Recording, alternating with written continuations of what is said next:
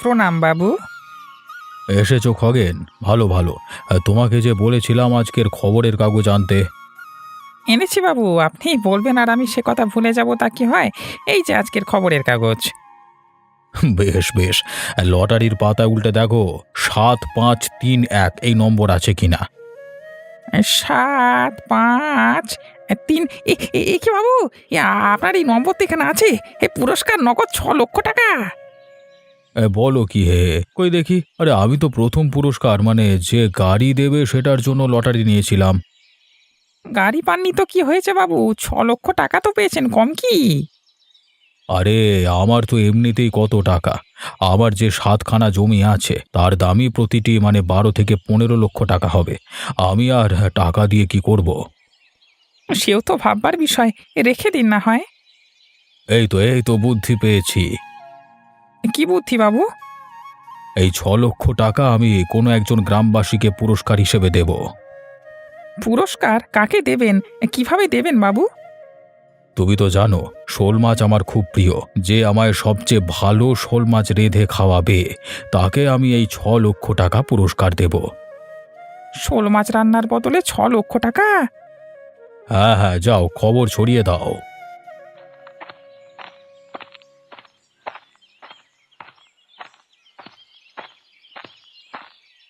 কি গো খগেন, কেমন আছো? ভালোই আছি। এ সময় তো তোমার অবিনাশ বাবুর বাড়ি থাকবার কথা, এখন কোথায় চললে? বাবুর কাছেই কাজে যাচ্ছি। এক অদ্ভুত মানুষ মাইরি। কেন, কি হয়েছে? আজকে সকাল সকাল তিনি একখানা লটারি জিতেছেন। ৬ লক্ষ টাকা পুরস্কার, কিন্তু এ টাকা তিনি রাখবেন না। কি বলো কি, এতগুলো টাকা রাখবেন না তো কি করবেন? আমায় পুরো গ্রামে খবর দিতে বললেন যে তাকে সবচেয়ে ভালো শোল মাছ রেঁধে খাওয়াবে, তাকে উনি ৬ লক্ষ টাকা পুরস্কার দেবেন। বলছো কি হে, সামান্য মাছ রান্না খাইয়ে ৬ লক্ষ টাকা? ভাবো এবার কি কাণ্ড। আমরা এত খেটে ৬০০ টাকা পাই না, আর তিনি ৬ লক্ষ টাকা পুরস্কার! বড় লোক বলে কথা। ৬ লক্ষ টাকা তো তাদের হাতের ময়লা। সে যাকগে, আমি চাই পুরো গ্রামে খবর দিতে হবে। তোমাকেও বলে রাখলাম, কেমন? আমি তো আর রান্না জানি না, আমাকে আর বলে কি হবে। আমি ভাবছি সবার আগে গিয়ে আমার মাকে খবরটা দেব। মা তো খুব ভালো রান্না করতে পারে। যে খায় মায়ের রান্না সেই প্রশংসায় পঞ্চমুখ হয়। যদি আমিও মাকে বলি তাহলে। কি হলো, কি ভাবছো? কই না তো, কিছু না তো। আচ্ছা, আমি যাই, তবে পরে দেখা হবে, হ্যাঁ? হ্যাঁ বেশ বেশ, যাও তবে, বেশ যাও। হ্যাঁ হ্যাঁ, যাচ্ছি।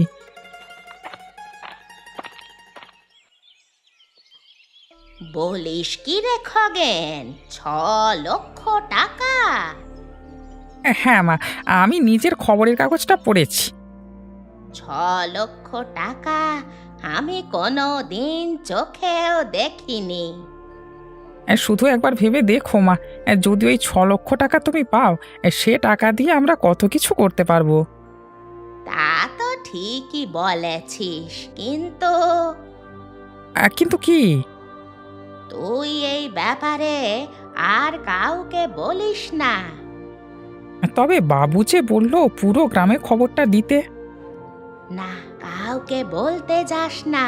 ভেবে দেখ, শুধু আমরাই জানলাম আর আমি রেঁধে খাওয়ালাম, তারপর পুরো টাকাটা আমাদের হাতের মুঠোয়। তবে আমি যে আসবার পথে গোপালকে বলে ফেললাম। গোপাল? ওই বাড়ির ননি বুড়ির ছেলে? হ্যাঁ, সেই। তুই আর মানুষ হবি না খগেন, মাথা মোটাই থাকবি। তুই আর মানুষ পেলি না এই কথা বলার জন্যে? কিন্তু মা, আমি তো এখন এই ননি বুড়ির মাধ্যমেই গ্রামে খবরটা ছড়িয়ে পড়বে। উফ, আর পারি না। ভেবেছিলাম পুরো টাকাটা আমাদের হবে, সব তো খারাপ করে দিলে তো। মা, আরে ও মা, কোথায় তুমি? শিগগির এসো। কি হয়েছেটা কি? দিনে দুপুরে এমন চেঁচিয়ে বেড়াচ্ছিস কেন? কোথায় ছিলে তুমি? রান্নাঘরে ছিলাম, আলু পোস্ত করছিলাম, তোর তো পছন্দের। সে ঠিক আছে, তবে এখন এসে একটু বসো, তোমার জন্য একটা খবর আছে। কি খবর? অবিনাশবাবু আজকে সকালবেলায় 6 লক্ষ টাকার লটারি জিতেছেন। এই খগেনের সঙ্গে দেখা হলো পথে, সেই বলল। অবিনাশ বাবু লটারি জিতেছেন, এতে আমি কি করব? আরে লটারি তো জিতেছেন, তবে ওই টাকা তিনি রাখবেন না। ওই টাকা তিনি যে কোনো গ্রামবাসীদের মধ্যে বিলিয়ে দেবেন। সে কি, অতগুলো টাকা এভাবে কাউকে দিতে আছে? শর্ত দেওয়া আছে, যে সব থেকে ভালো শোল মাছ রান্না করে খাওয়াতে পারবে তাকেই তিনি সব টাকা পুরস্কার দেবেন। এ আবার কেমন শর্ত? মা, আমি অত কিছু জানি না। তুমি অবিনাশ বাবুর জন্য শোল মাছ রান্না করবে। তোমার হাতের রান্নার যা স্বাদ, আমার বিশ্বাস তুমি টাকাটা জিতবে। কিন্তু না করো না মা, আমার জন্য হলেও তোমাকে করতেই হবে। আচ্ছা বেশ, তুই যখন এত করে বলছিস তবে ঠিক আছে, আমি কাল শোল মাছ রাঁধবো।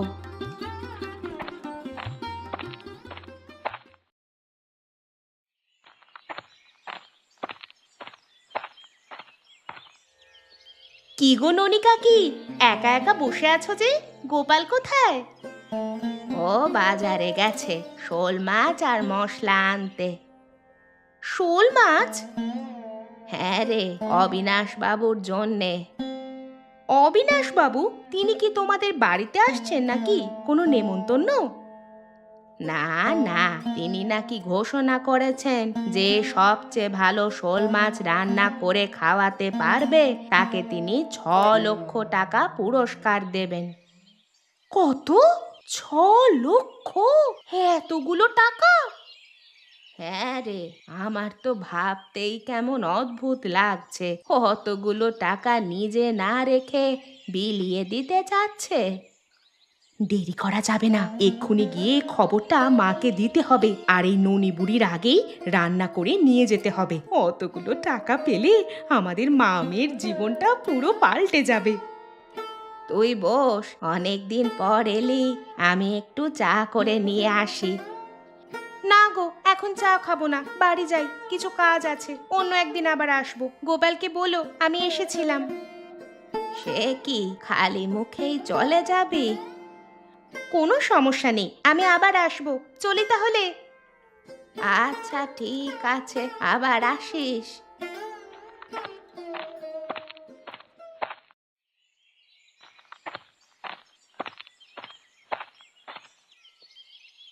ওমা, মা, আরে ওঠো ওঠো, তাড়াতাড়ি ওঠো, না হলে তোমার ঘুমের চক্করে দেরি হয়ে যাবে, তাড়াতাড়ি ওঠো। কি রে, কি কি হলো? কত আরামে একটা ঘুম দিলাম, সব বোনাশ হয়ে গেল।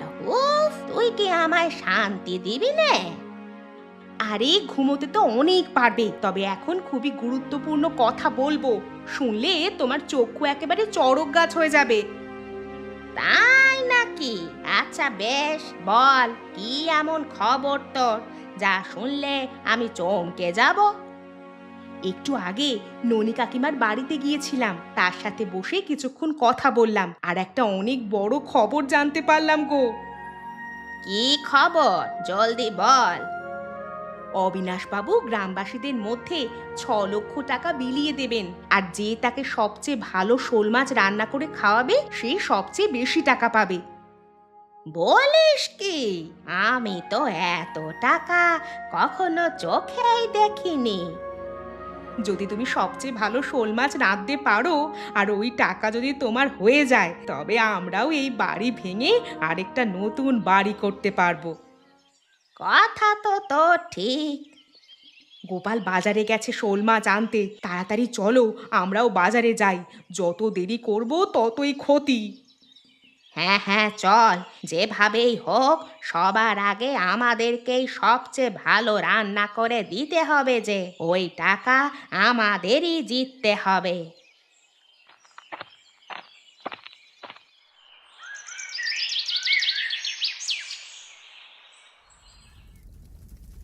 এই ননি কাকিমা বাড়ি আছো? হ্যাঁ আছি, রান্নাঘরের দিকে এসো।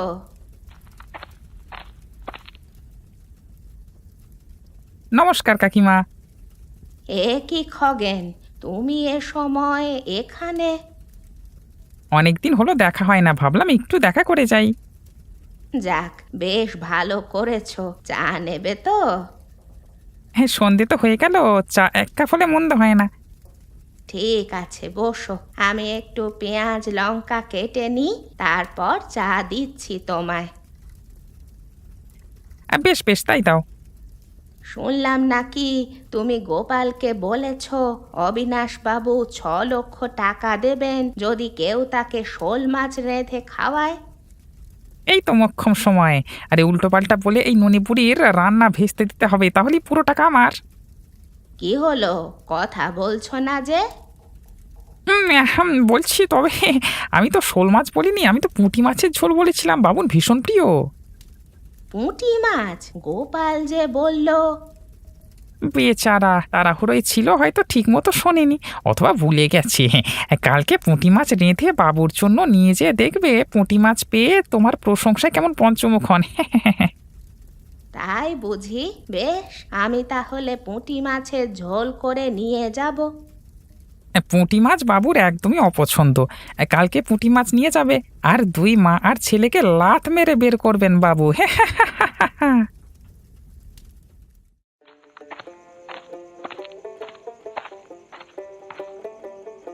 প্রণাম বাবু। গোপাল যে, কেমন আছো?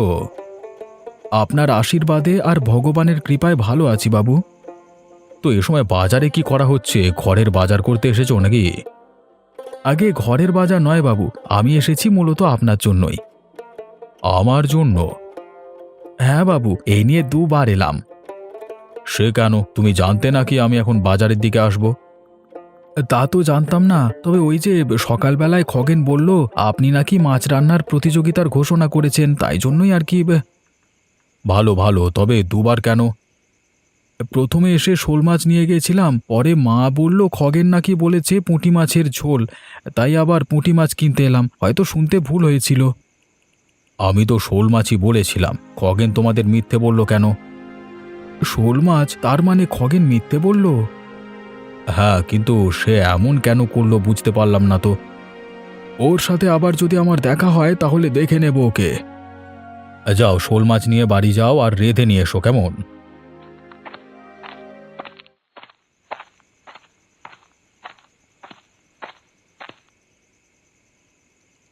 মা, এই যে নাও শোল মাছ, একদম বড় বড় দেখে এনেছি। আসল মাছ? মাছ এনে কোনো লাভ নেই। এভাবে বলছো কেন? কি হলো আবার? মাথা মোটার মতো গোপালকে যে বলে দিলি, গোপাল ওর মাকে গিয়ে বলবে, আর ননি বুড়ির হাতে রান্নার স্বাদ 5 গ্রামের মানুষের জানা আছে। এই তুমি কোনো চিন্তা ছাড়া রান্না বান্না শুরু করো। এমন ব্যবস্থা করে রেখেছি না, খাওয়া দাওয়া তো দূর, বাবু এই রান্না ছুঁয়েও দেখবেন না।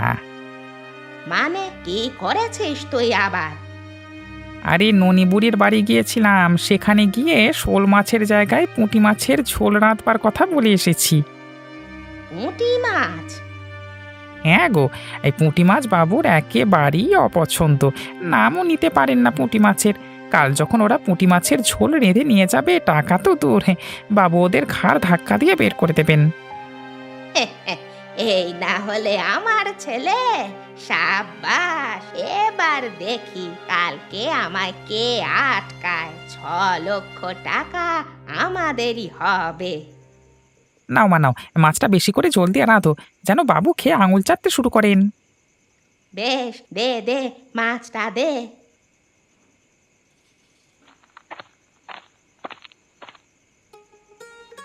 তোর দিদা আমায় বিয়ের পর শোল মাছ রান্না করার একটা পদ্ধতি শিখিয়েছিলেন, আজ সেই পদ্ধতিটা প্রয়োগ করেই রান্না করব।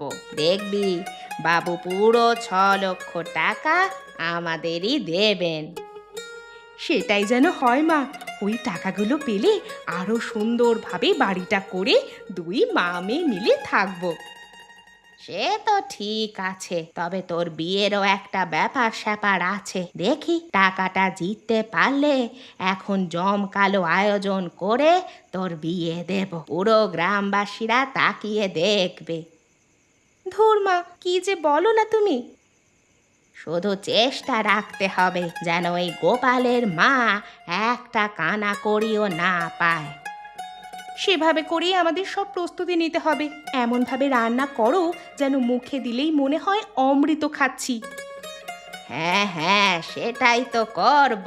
দেখি তুইও বসে থাকিস না, পেঁয়াজ লঙ্কাগুলো একটু কুটে দে আমায়, তারপর আমি রান্নায় ছড়িয়ে দিচ্ছি। ঠিক আছে মা, তাই করছি।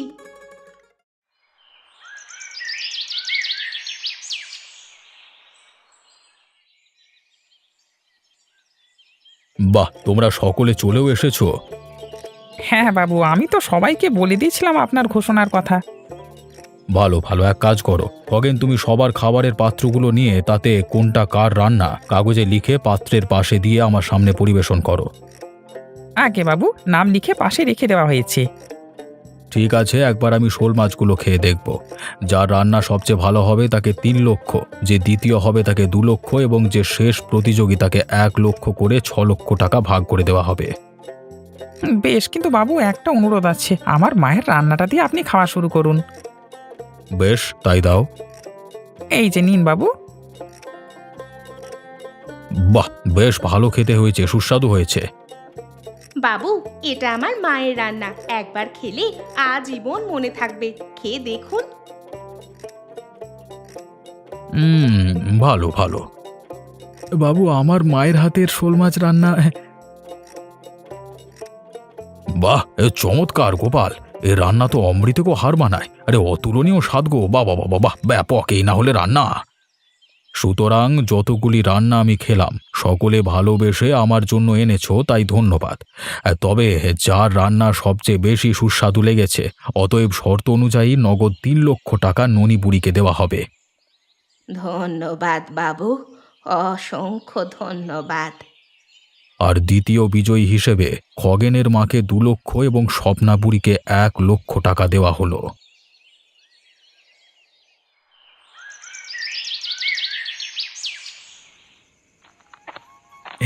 আরে যে টাকা পেলাম এতে একটা ব্যবসা শুরু করা যাবে, আর কিছু টাকা জমিয়ে ফেলবো।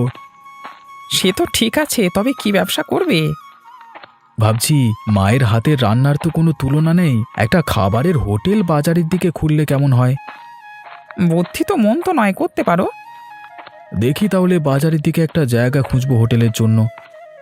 আমার তো ঘরে দরজা জানালা যা দশা, আমি ভাবছি 2 লক্ষ টাকা পেয়েছি, বাড়িটা মেরামত করে ফেলবো। হ্যাঁ, তা করতে পারো। আচ্ছা বেশ, রাত হয়ে গিয়েছে আজকে, আমি তাহলে চলি, সাবধানে যেও, দেখা হবে কেমন? হ্যাঁ ঠিক আছে, তুমিও যাও তাহলে।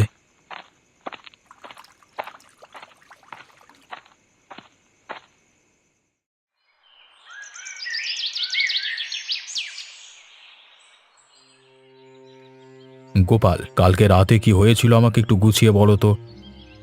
কালকে রাতে খগেন আর আমি বাজারে কিছু বন্ধুর সাথে আড্ডা দিয়ে বাড়ি ফিরছিলাম। বাড়ির কাছাকাছি যেতেই খগেন ওর বাড়ির দিকে চলে যায় আর আমি আমার বাড়ির দিকে। ঠিক তখনই নীলিমা আর স্বপ্না কাকিমাকে দেখি আমাদের বাড়িতে কেরোসিন ঢালতে।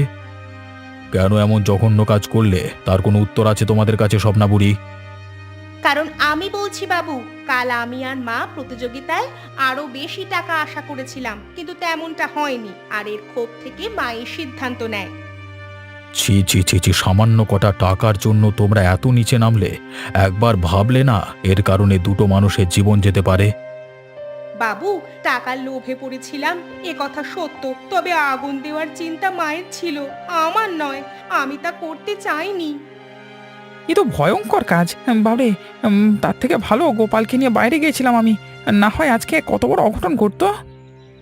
আমি সারা জীবন চেষ্টা করেছি আমার গ্রামের মানুষকে ন্যায় বিচার দিতে। আমার উপস্থিতিতে কখনো কোনো অন্যায় করে কেউ পার পায়নি, আর এবারও তার ব্যতিক্রম হবে না। আপনার বিচারের ওপর আমার পূর্ণ আস্থা আছে, তাই বলেই আপনার কাছে আমরা আসি বাবু। গোপালের অভিযুক্ত স্বপ্না বুড়ি এবং নীলিমা, তোমাদের শাস্তি এই যে গোপাল এবং তার মায়ের প্রাণ নিতে যাওয়ার অভিযোগে শাস্তি প্রদান করা হবে তোমাদের। কি শাস্তি হবে তাদের বাবু? যে 1,00,000 টাকা কালকে তারা পেয়েছে সেই টাকা গোপাল এবং তার মাকে ক্ষতিপূরণ হিসেবে হস্তান্তর করবে। আর যতদিন তাদের বাড়ি পরিষ্কার পরিচ্ছন্ন করে থাকবার যোগ্য না করা হয়, গোপাল এবং তার মা স্বপ্না বুড়ির বাড়িতেই অতিথি হিসেবে থাকবে। বেশি টাকার লোভে পড়ে যা টাকা পেয়েছিলাম তাও হারালাম। আমাদের লোভী আমাদের সর্বশান্ত করেছে মা।